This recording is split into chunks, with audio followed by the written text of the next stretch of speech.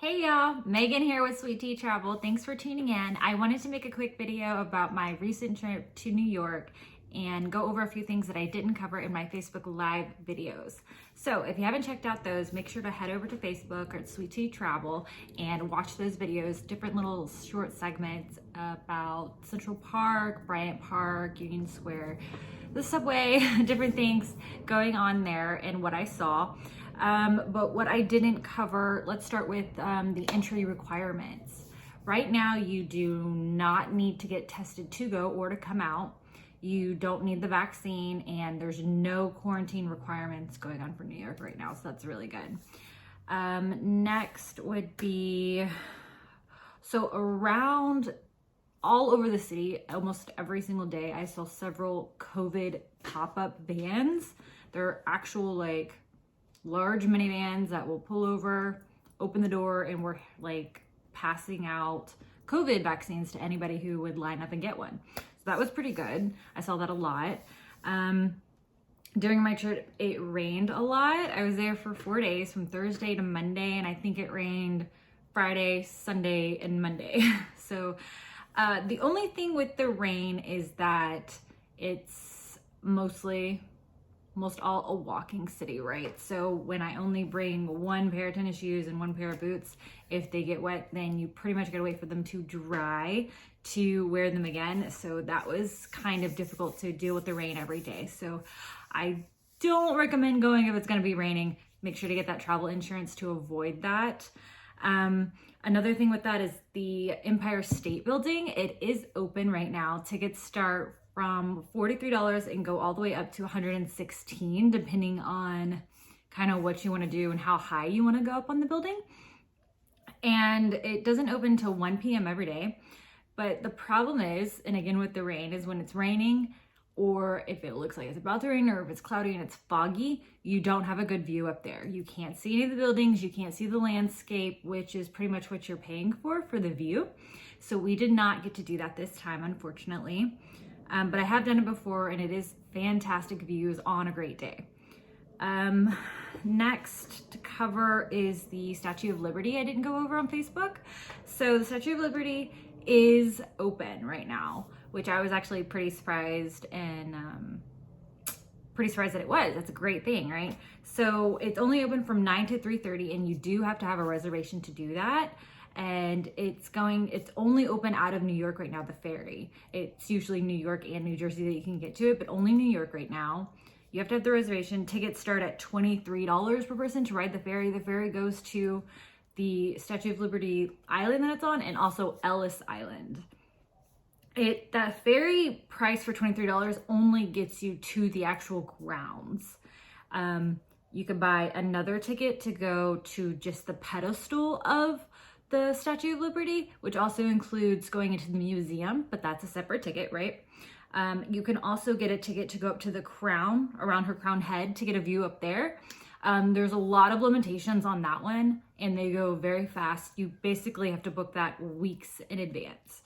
But right now, I think you can only book 4 tickets at a time for that, right? So like if you have family more than 4, you're gonna have to break up your group. And of course, the price goes up depending on which level you're going on for the Statue of Liberty, right? You can also do a hard hat tour of Ellis Island when you go to there. And that I think was at $75 to do that. We did not do either one of those because I have done it before. So we did not do that this time. Oh, and another thing to note is the ferry only runs from 9 to 3:30, and you have to have that reservation. But if you want to go to Ellis Island from 2 p.m. or later, it doesn't stop there. So I think 1:30 or 1 p.m. is the latest reservation that you could do both. And usually the ferry to go both islands and see stuff is about 3 hours. So just keep that in mind if you're gonna make reservations for something like that. One of the big things going on that we had difficulty with was getting food. It was very surprising. I'm usually a go with the flow girl when we go on city trips like this, and we'll usually just walk around and whatever we see is good, we'll go to.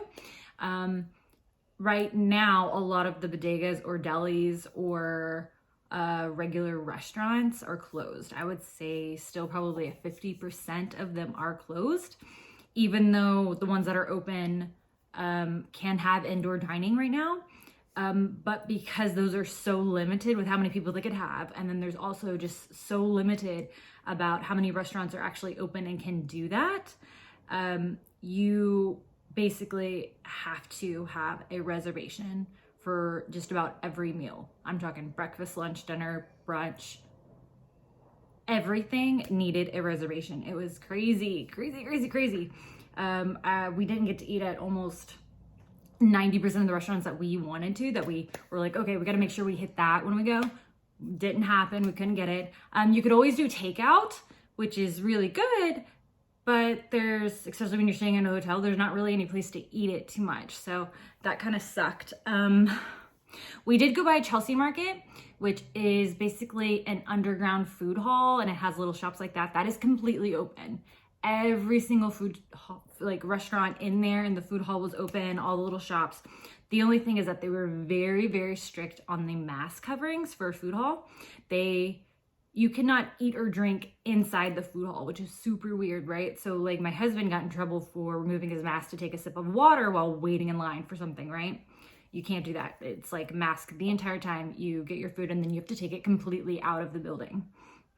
So that's a little nuts. They do have, well, a lot of restaurants have tables and chairs set up on the sidewalks outside of the restaurant to accommodate more people sitting and eating. The only thing with that is that you got to be careful with the rain, because then you'll be sitting in the rain, right? We also went by the Plaza Food Hall, which is underground to the Plaza Hotel on the southeast end of Central Park. It's a beautiful hotel. It has a food hall underneath, and that is completely closed. You can't get anything out of that. It's been closed for over a year, and there's no signs of when that will reopen again. What we did see, what a lot of restaurants are doing, are having the tables and chairs on the sidewalks outside of the restaurant. This is the same with the Chelsea Market that we saw. You could take your food and it'll have tables and chairs set up on the sidewalk outside of the buildings. The only thing with that is you've got to watch out for all of the rain. So a lot of them did have like little wood hut shelters for it or whatever, but it just kind of depends on the weather, because it was kind of chilly and some cold some days. I think that covers everything, you guys. If y'all have any other questions that I didn't go over, please just ask and let me know, and I'll be sure to cover it for you. Please be sure to like and subscribe, and check out our Facebook page for other videos. And if you are ready to book for your next trip to New York, please give us a call. Just go to sweetteatravel.com. Thanks, guys. I'll talk to you soon.